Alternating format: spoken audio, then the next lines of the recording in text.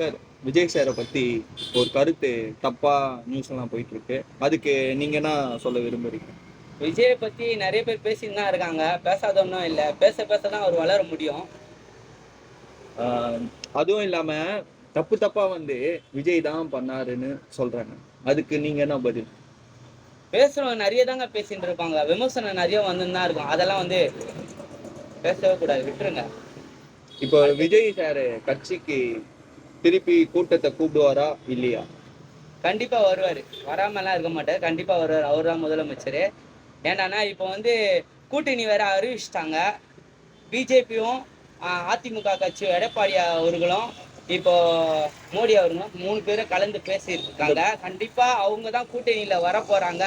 அவங்க தான் வருவாங்க, அறிவிச்சாச்சு. இனிமேல நல்ல முடிவு தான். இல்ல, அப்படி அறிவிக்கலையே.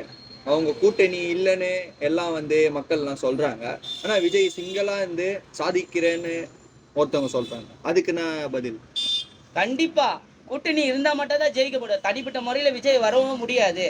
ஏன்னா அதிமுக கட்சியும் பிஜேபியும் விஜய் அவர்களும் டிவிக்கு இந்த 3 கட்சி சேர்ந்தாதான் கண்டிப்பா அவரால் ஜெயிக்க முடியும் என்று ஆணித்தரமாக நான் சொல்லிக் கொண்டிருக்கிறேன்.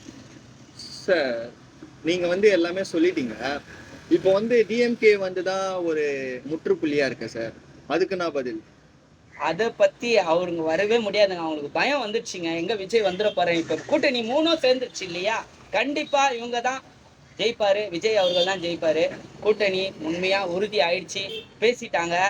இது ரொம்ப நல்ல விஷயம் தான். அதுக்கோசம் தான் இந்த வீடியோ நான் போட்டிருக்கேன். கண்டிப்பா நீங்க கேட்ட கேள்வி நல்ல கேள்விதான். இப்போ செந்தில் பாலாஜி நியூஸ்ல பேசுறாருல்ல சார், அந்த 10 ரூபாய் விஷயமே வேண்டாம், விட்டுருங்க. அவரு தான் பாட்டை பாடிட்டாரு. விஜய் அவர்கள் தான் 10 ரூபாய் 10 ரூபாய்ன்னுட்டு.